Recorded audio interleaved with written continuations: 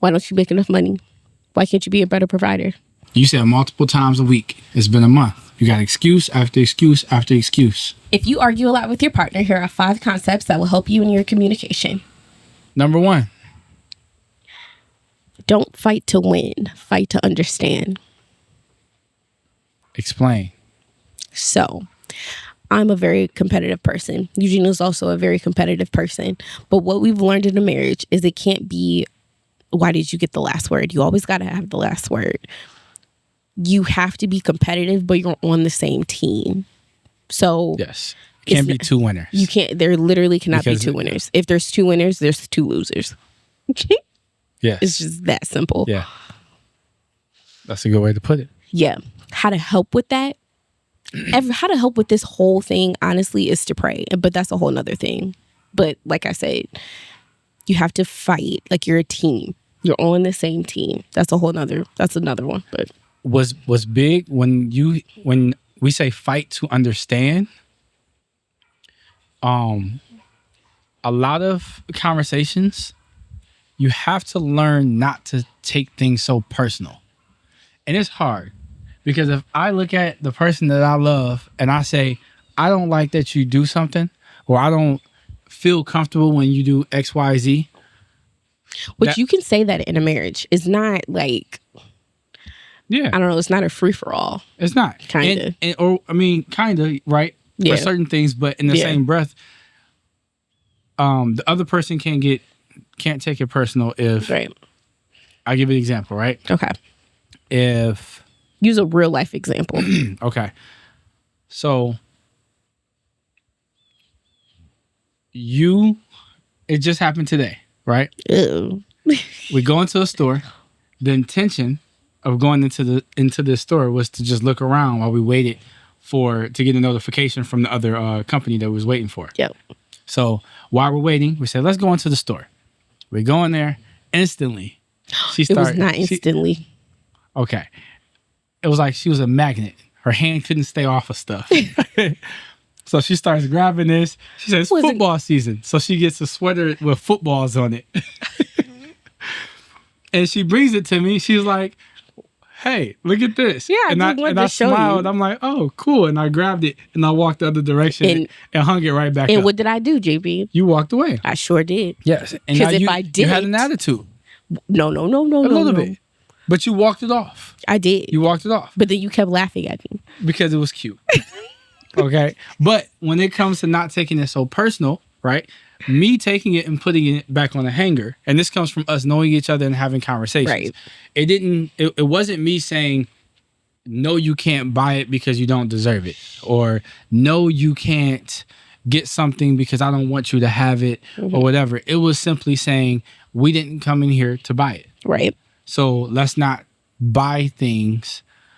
That's not impulsively buy this item. Exactly. Which I understood. Exactly.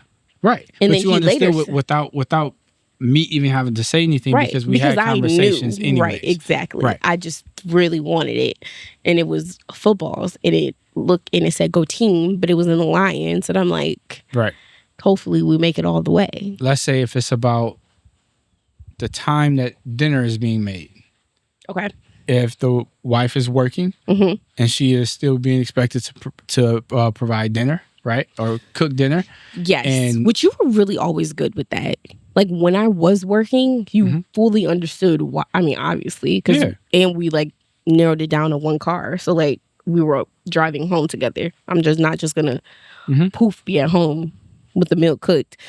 But now I'm not going to say that is not an expectation. I think it's an expectation that I set for myself, but I think it's an unspoken expectation for you.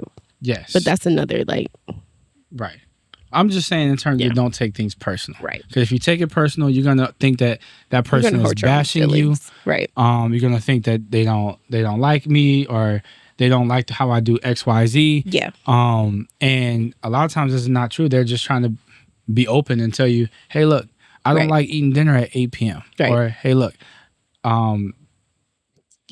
When the kids are doing this and that, make sure let's talk about it before you just make the decision. Right. You know, and it has nothing to do about her not wanting you to be the man of the house. Right. It's just like, can you at least let me know on the decision that we're making before we get out in front of people in public and you're calling stuff. I'm telling you. And I'm looking at you like, okay, I didn't know what the play was. Yep. Because that's one thing. I don't necessarily know if that's like a pet peeve. That it is one thing with mine though, or that's one thing with me though. When we are out in public, we represent each other. So I don't need you acting up, and I don't need myself acting up. I don't need our kids acting up. Now they're kids. If it happens, it happens. But they also know Ella knows self-control to an extent. Right. And this is the same if you have kids or not. Like even dating, even dogs. Oh yeah. My dogs know better. Our dogs know better. All I gotta say is, I wish you would. No. Yeah. No. But that's that. Yeah. Number two. The second one. Yes. Number 2. Take breaks when emotions are high. Not everything needs to be settled right now. So that was something I had to work on a lot. Yeah, because we were the opposite with that. I'm the type of person where I'm like, you know what? Give me a minute, because if I keep going, my mouth is going to get extremely sharp, and that is one thing that I've been working on. I've gotten better at. By sharp, she means smart. Yeah, deadly, toxic. Yes. It wasn't bad. I never said I hate you. It was not that. But I would cut deep. I would try not to, but it was the more he kept doing stuff, the more I was irritated with it. Because I was the opposite. Whereas let's resolve this now, because when I leave this room or we finish this conversation, I'm not trying to in my head, I don't want to use the word stupid because that's the wrong word to use. Just use but it was pointless for us to walk away and come back and talk about it. It's for what? Just finish the conversation. He's the type. This dude, he's the type of person that can have a full-blown argument. It's a heated debate, okay? That's the other thing. We call them debates. But anyways, have a full-blown argument. And then 2 seconds later, can I get a hug? And you don't even say, can I get a hug? He just goes in for a hug, goes in for a kiss. And I'm like, back up off me. Yeah. No, GB. Yeah. And it's because I need a second. I have so many emotions going on. I'm just just give me a second. Because, there's a thing called touched out. And for moms, especially with little kids, especially if you're breastfeeding, I know you know what that means. You're just touched out. Usually, it's right after postpartum where we may have more disagreements, but it's because so many things are happening so fast. And I in my opinion, I feel that's when we usually have our biggest debates is after freshly after postpartum. But I'm not right now. And I feel you've learned that. So we just now we take breaks because he understands where I'm coming from. Yeah. Yeah. Anything else you want to say on that? Yeah, I've also, it goes back to not taking it personal. Yes. And I do give you a hug after the fact. Yes. And learning that it's not that. I hope you can't hear that dog. It's not that you don't want to resolve the conversation. Yeah. It's that if we want to resolve it in an adult manner, right, we need to come back to it. Yeah. So. And I'll get to number 3 after this, but which is funny to me because I'm usually a quick thinker when it comes down to responding, but I'm a quick thinker when it comes down to responding when we're going back and we don't really go back and forth. But even when we're just joking or something like that, the back and forth, I'm usually very quick. But when emotions are so high and I want to be calm when I'm talking to you and still not have weird feelings towards anything, that's why it's I just need more time. Yeah. Which goes into number 3, which is keep your tone soft. Yep. Even when the topic is hard. Yes. This is actually one of my favorite ones because how you say things makes a huge difference. Yes. A huge difference. If she has an attitude when she gets in the car because of something that I did a week ago. I'm just saying, give an example. Yeah, but I want to give real life examples so they like see. Okay, like, so I'll give you a real life example. You're riding in the car. Okay. Everything is fine, right? For whatever reason, something sparks an argument, and now the car is quiet. I feel like everyone's been in that situation. Okay. You're driving. It's like a 45-minute drive. Y'all jamming to the music. And then by the time you get there, the music is off and nobody's saying nothing to no one. Okay. When that happens, I mean, like a real life. Like, but go ahead. When that happens, instead of just saying. When that happens, instead of just saying, why do you always have an attitude? Mm-hmm. Saying, instead of taking that route and acknowledging that she has an attitude and acknowledging that it may have been something you said, it may have not been something you said. But if you would approach it with the intention of being soft and kind and not rah-rah, maybe by saying, wife, I recognize your okay, here we go. Okay. Wife. Action. Wife. Yeah. I recognize you're upset. I don't understand why, but I just want you to know I don't like it when you're upset and we're riding in the car with no music. That will give you a better outcome and a better conversation than just, why you always got an attitude? Yes, this happened like 2 times. No, you caught yourself one time, but this happened earlier this week, and I 100% forgot what it was about. Well, at least you know I'm not lying. Well, I mean, obviously, GB, I feel like that would be something that we call each other out on. At least you guys know I'm not lying. Oh, well, right. No, we'll see, and that's the thing. We're not the perfect couple. Should we let that airplane go by? Sure. The mics might not pick it up. Okay, well, I'll keep going. We're not the perfect couple. Maybe I should put a disclaimer in there. We're not the perfect couple. I will say we have been together for a long time. If you've been married like 20 plus years or something, like ignore the long time thing. Because every time I say they're like, how old are you? Anyways, I'm going to hold my tongue. But anyways, besides the point. Yeah, we're not the perfect couple. We still are learning as we go. I will say, though, not to like toot our own horns, I feel like we do pretty good. Yeah. But that's also because we're working on it. Yeah. And all of it is a work in progress. Even it's today, a lot of practice. We're driving. We see this amazing house that took about a year to build. And here go Casey. See, that's what I'm talking about. I can't wait until I get this, and I'm in a house like this. And I said, I didn't say all that. You did. And I looked over. I said, now that's a house. And you said, I can't wait until I get in a house like that. No, I don't remember saying that. That's what you said. And I looked over. I said, oh, yeah. Wow. Okay. Yeah. Not us. Yeah. You can't wait until we get in a house like that. But then you said, do you remember? Just 2 seconds later. We were driving. I forgot what I said. I forgot what you said too. I did say something similar. Dang, blasted. Our money? No, you said. Yeah, I said something about a check coming in, and I was like, something. My check came. I said something like my check. No, it was the car. Was it the car? I don't remember. Or was it about the RV?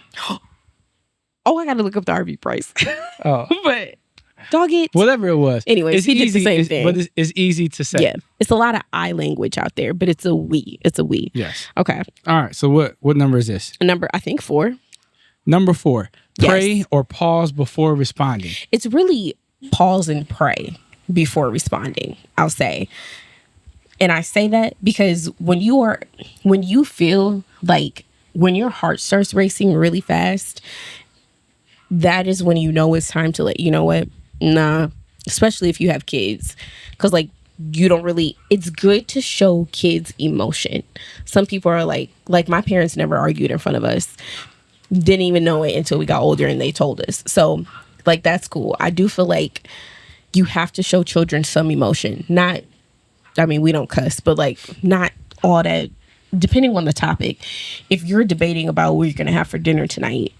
One person really wants to go out, one person really wants to like home cook, of course let them see like you go back and forth a little bit. But if it's something like regarding your marriage or your household or something like that, have that conversation off to the side. But when I say like pause and pray, that is when you feel like things are going to take a left turn kind of thing. Like, again, it all depends on what you're talking about. So it could be regarding sex. It can be regarding bills, like finances. It could be chores, who does this, who does that. It can be the job. It can be how a person looks, this, that, and the third, the whatever. It can be the kids. It can be how to love the other person. Yeah, like, yeah, exactly. So conversations like that, not only do you have to pause and pray, but sometimes if you know you're going to have the conversation, you need to even pray before you have the conversation. Like, hand in hand with your significant other, pray over your conversation. Just like when we start church, the first thing we do is pray. The last thing we do is pray. You're starting and ending the conversation with prayer. Most of the things that we mentioned so far will be taken in the context of disagreements, but a lot of arguments starts when one individual is trying to be vulnerable about a certain thing, and the other person not responding to it the way that they thought that they would. Right. So right.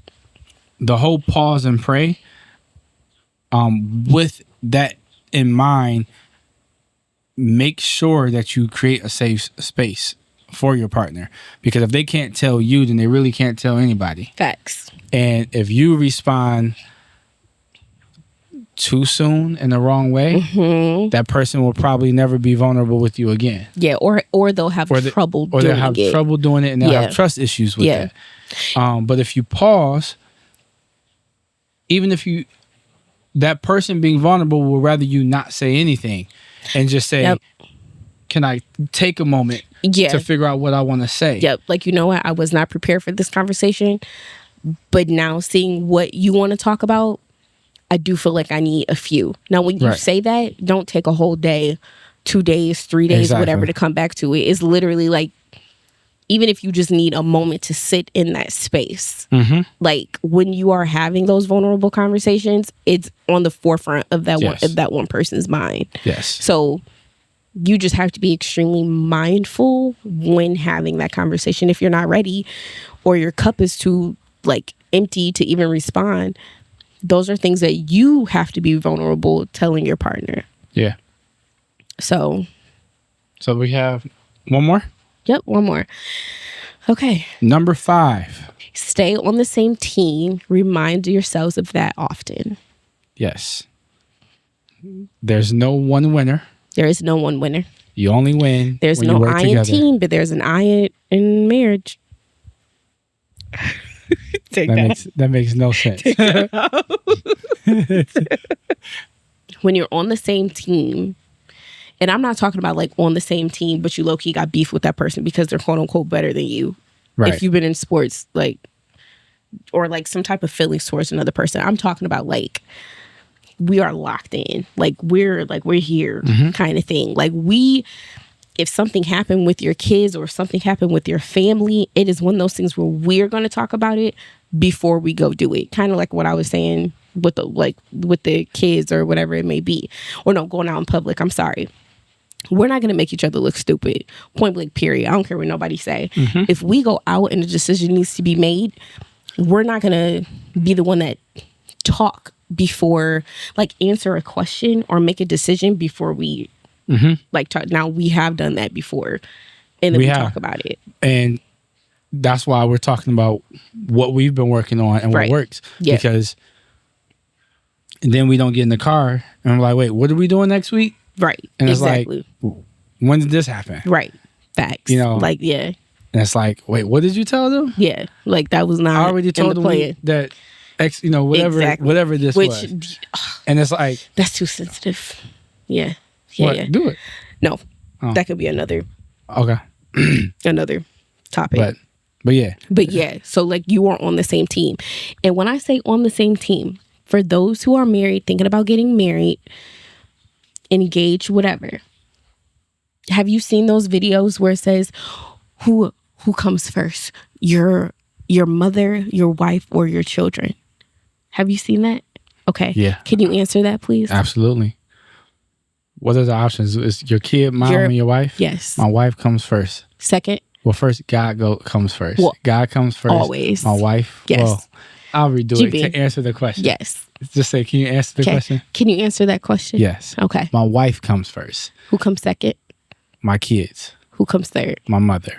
Does that make your mom any less? Absolutely not. She already knows how we feel. She knows how I feel. Well, she knows that because she would tell me to make sure I did that as well. Because my mom would not get married to another man if she was not put first. Yes. Why would you do that? Yeah. And so a wife, because I was tripping seeing women, they will put their husband third. Which is wild. And I'm to like, me. dang. So, but let's explain the kid part, because and this is like kind of off, but I just wanted to like put this in there.